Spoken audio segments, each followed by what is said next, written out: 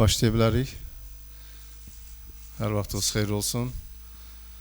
Qarabağ Ajax oyun öncəsi mətbuat konferansına xoş gəlmişsiniz. Mətbuat konferansımızda baş məşqçimiz Qurban Qurbanov və futbolçumuz Mateus Silva iştirak edir. Öncə Qurban Qurbanov fikirlərini bildirəcək, daha sonra Mateusu dinləyəcəyik. Xahiş edirik, öncə Mateusa suallarınızı yönəldilərsiniz, o məşqə hazırlaşmalıdır. Axşamınız xeyir olsun, salamın bərbəyinizi. İlk öncə qonaqlarımız da var deyəsən. Hollandiyadan gələn qonaqlarımız və Türkiyədən gələn qardaşlarımız, xoş gəlmişsiniz hər birinizi. Və oyuna gəldikdə çox vacib oyundur. Ümumən düzdür, hazırlaşmağa bir qədər vaxtımız olmadı. İstədik ki, daha da çox bir neçə gün vaxtımız olsun. Çünki oyunun gedişatında çox fərqli rotasiyalar eləyən bir komandaya qarşı oynayırıq. Meydanda çox düşünmək, çox diqqətli olmağımız lazım olacaq. Amma hər bir halda qarşımızda qalib gəlmək istəyən bir komanda var, hansı ki ilk qalibiyyətini istəyəcək. Ümumiyyətcə onların proqramına baxanda əvvəlcədən də hiss olunur ki, çox ciddi hazırlaşıblar və çox ciddi hazırlaşdılar bu oyuna. 2 gün öncə gəliblər və məşqi başqa yerdə eləyirlər. Görünən odur ki, bütün var gücü ilə bu oyuna hazırlaşırlar. Və biz çalışacağıq yenə öz istəkli futbolumuzu oynamağı istəyəcəyik və çox istərdik ki, daha çox yaradıcı olaq bu oyunda, amma rəqib meydanda birə-bir oynamağı xoşlayan və dediyim kimi fərqli rotasiyalar eləyən bir kollektivdir. Belə çalışacağıq sizləri sevindirməyə, azərkeşlərimizi sevindirməyə və inşallah uğurlu nəticə əldə etməyə. Mateus.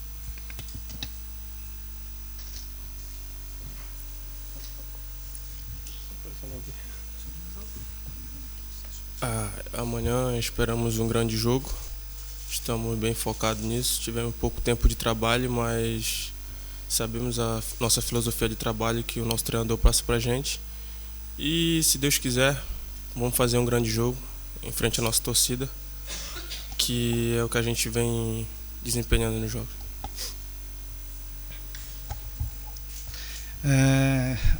Aydın məsələdir, bizi sabah çox bir ciddi oyun gözləyir.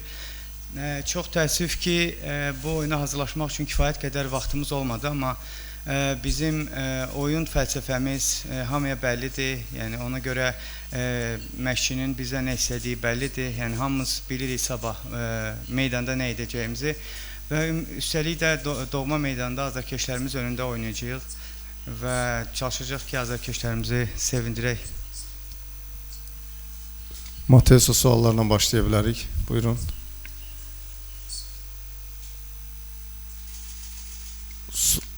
Sualımız yoxdursa Mateusa var. Buyur. Miri. It's okay. Uğurlar arzulayıram sabah. Mateus mövsüm Çempionlar Liqasında, yəni əvvəlki illərə baxanda Qarabağdakı çox yaxşı performans sərgiləyir.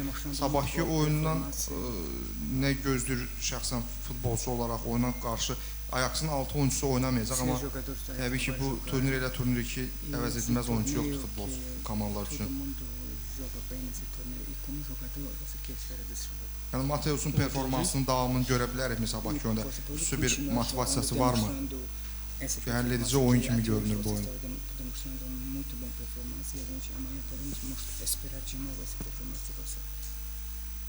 Obrigado, mas toda a nossa equipe está mostrando o nosso melhor. E amanhã, não só eu, mas como todos os meus companheiros, vamos dar o melhor dentro de campo. Vocês podem ter certeza disso, que a gente vai até o último suspiro, até a última corrida, a gente vai dar tudo para sair com essa vitória amanhã. Xoş sözlərinizə görə çox sağ olun. Amma düşünürəm ki, bu turnirdə uğurlu nəticələr əldə etmək üçün təkcə mənim yüksək performans göstərməyim yetərli deyil və bütün komanda yoldaşlarım hamısı yüksək performans göstərir və sizə yəni söz verə bilərəm ki, yəni sabahda eyni ilə bütün komanda yoldaşlarım həm də mən əlimizdən gələni eləyəcəyik. Var. Mateus, buyur Elsəvər.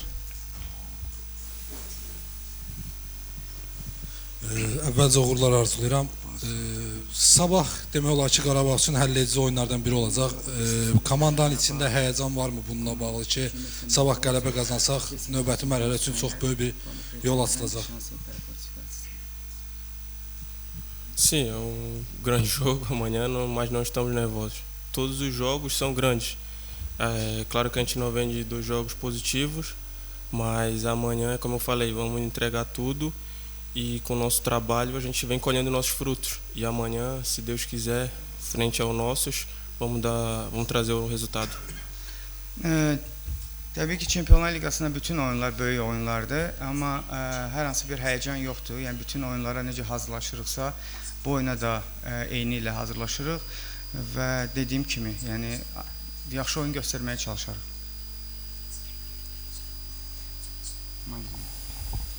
Mateus, ötən il komanda 3-0 uzmuşdu Ajax'a. Onun bir revanş hissi var mı komandanın içində? Nə var? Revanş hissi.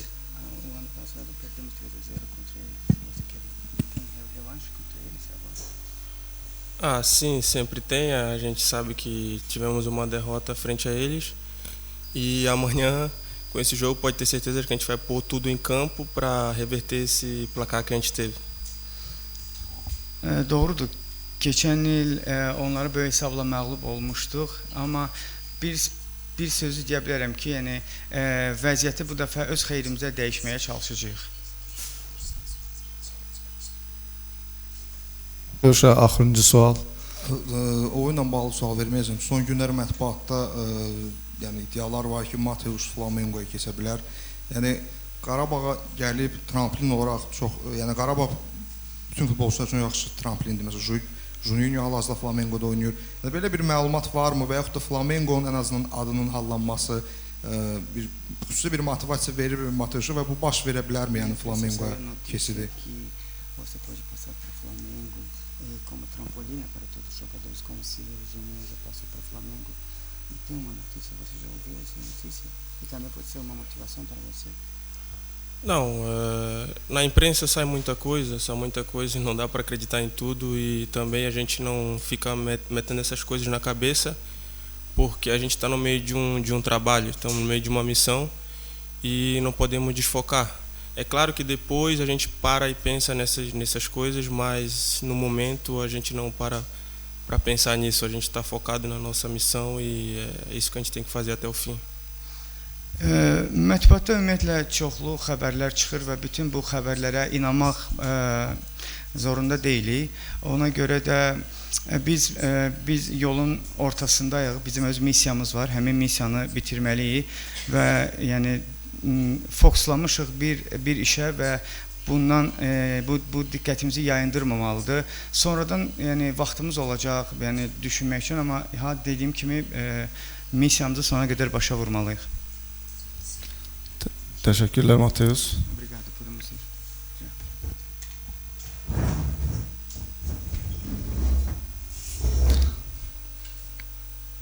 Buyur Orxan.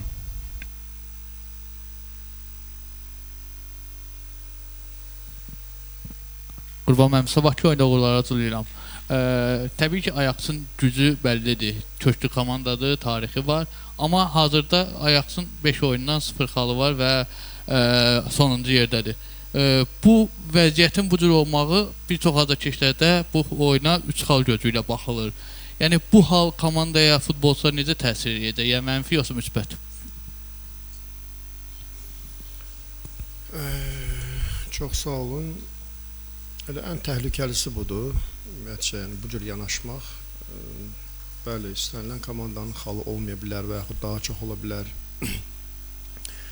Bəlkə biz də qrupa düşəndə oyunlarımızı biləndə ki, hansı rəqiblərə qarşı oynayacaq, bizə qarşı da bəlkə müəyyən fikirlər vardı ki, biz ola bilər xalımız çox az olsun, amma bugün şükürlər olsun Allaha demək olar ki, xeyli xalımız var. Eləcə də Ajax belə yanaşmaq, elə yanaşaraq bizdən 3 xal gözləmək bu biraz təhlükəlidir, amma güvənərək 3 xal gözləmək bu biraz fərqlidir.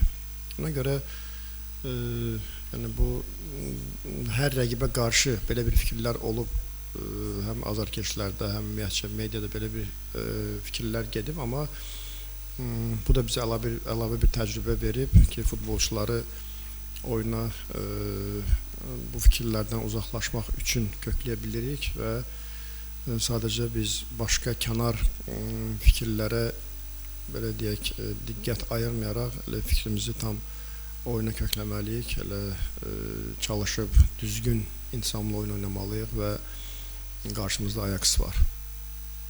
Buyur Səvər. Qurban müəllim, sualın davamı olaraq deyirəm. Yəni bu ilk dəfədir bəlkə belə bir şey olur ki, bir futbol ölkəsinin mətbuatı Qarabağı daha üstün görür və qalib gələcəyini yazır. Niderland mətbuatında bütün xəbərlər o yöndədir ki, Qarabağ Ajaxa qalib gələcək və şanslı görürlər. Bunu oxuyub siz nə düşünürsünüz? Yəni futbolçuları yəni bundan kənar tuta biləcəksiniz ki, yəni özlərinə güvənəcəklər ki, biz sabah qalib gələcəyik. Yox, buna bir Azərbaycanlı kimi ancaq sevinə bilərəm. Əgər Qarabağı belə dəyərləndirirlərsə, bu ölkənin komandasını belə dəyərləndirirlərsə, buna ancaq sevinə bilərik. Deməli, öz oyunumuzla, öz nəticələrimizlə, öz stabil çıxışımızla deməli bunu bəlkə də haqq etmişik. Ona görə belə dəyərləndirirlər. Təkcə bugünə görə yox, məncə bu ümumi illərin gedişatına görə belə bir fikir formalaşıb və məncə bunun oyuna heç bir oyunun gedişatına heç bir təsir olmalı deyil. Sadəcə bu da belə deyək, bizim işimizə əlavə bir müsbət bir hal kimi gəlmək olar, hansı ki deməli bizi dəyərləndirirlər, deməli bizə güvənirlər, bizə qiymət verirlər və belə ancaq dediyim kimi bu sevindirici bir xəbərdir. Emin buyur. Qurban müəllim, sabah sizə uğurlar. Keçən dəfə qeyd elədiniz ki, rəqibin oyunda, sistemdə nəsə dəyişiklik var. Belə dəyişikliklərə necə hazır olmaq olar? Oyun vaxtı, yəni ki, dəyişiklik də ola bilər.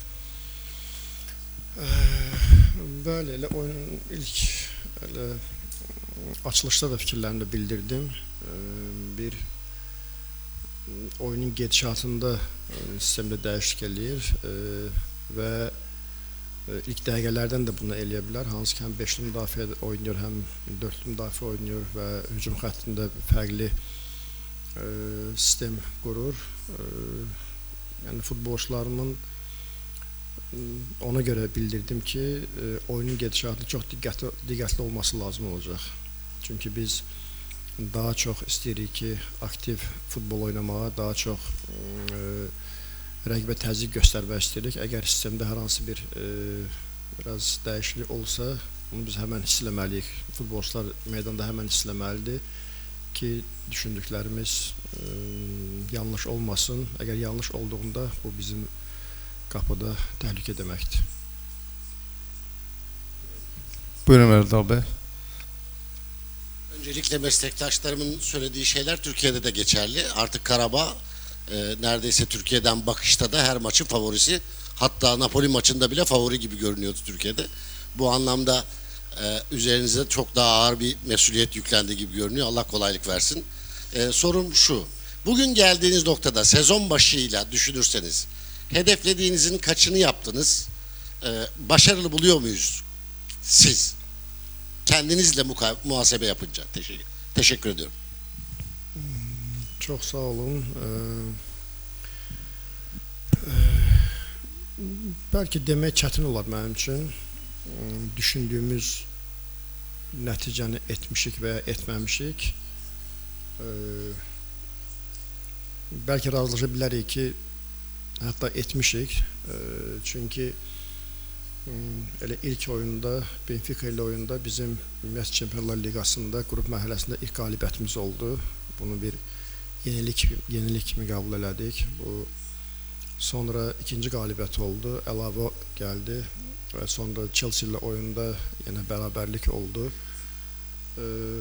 Bunlar əlavə və bu sadəcə ümumi götürsək illik nəticəyə görə çox yaxşı, çox gözəl bir nəticədir. Amma biz durmaq istəmirik. Əgər bizim şansımız varsa, biz daha da irəli getmək istəyirik və daha da güvənli olmaq istəyirik. Çünki böyük futbolda böyük uğurlar əldə etmək üçün yəni etdiyin heç vaxt bəs eləmir.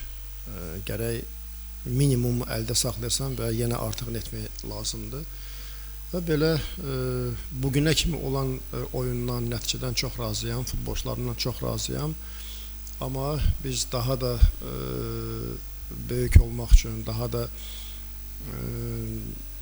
keyfiyyətli bir kollektiv komanda olmaq üçün bizə yenə nəticə vermək lazımdır. Başqa sualımız yoxdur. Var? Meri, buyur. Uğurlar arzulayıram. Şablon sual verəcəm. Ötən mövsüm Ajaxa qarşı əslində Qarabağ yaxşı başlamışdı. Yaxşı 10 nəfərlə qalanda belə yaxşı epizodlar yaxaladı, amma onları reallaşdıra bilməmişdi. Ötən mövsüm Ajax Farioli'nin Ajax'ı idi.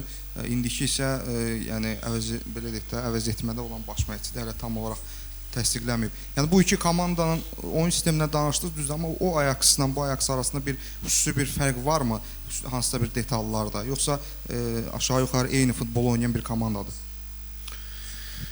Ümumiyyətcə biz futbol dedikdə həmişə Ajax öndə olub. Yəni onların oyun sistemi, onların fəlsəfəsi, ümumiyyətcə onların əlaqəstə uşaq akademiyası və biz Ajax dedikdə biz Cruyff yadımıza düşür. Hansı ki o bugünkü futbolun belə deyək də o baxımlı futbolun banisi belə deyək Cruyff'dur. Ona görə bu əgər belə bir dahi bir futbolçunun, məşqçinin ölkəsinin komandasıdırsa, burada məşqçilər dəyişə bilər, amma sistem həmişə qalacaq və sadəcə bəzi xırda detallar bu daima oyun gedişatında olur.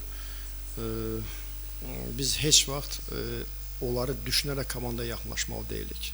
Yəni oyuna hazırlaşmalı deyilik. Biz sadəcə bu Ajax'dır, biz Ajax'a qarşı oynayırıq, belə düşünməliyik. Ona görə qarşımızda dediyim kimi çox ciddi və qarşımızda ciddi bir komanda və qarşımızda Ajax var. Murad, son sual, buyurun. Bir də Murad, son sual, buyurun.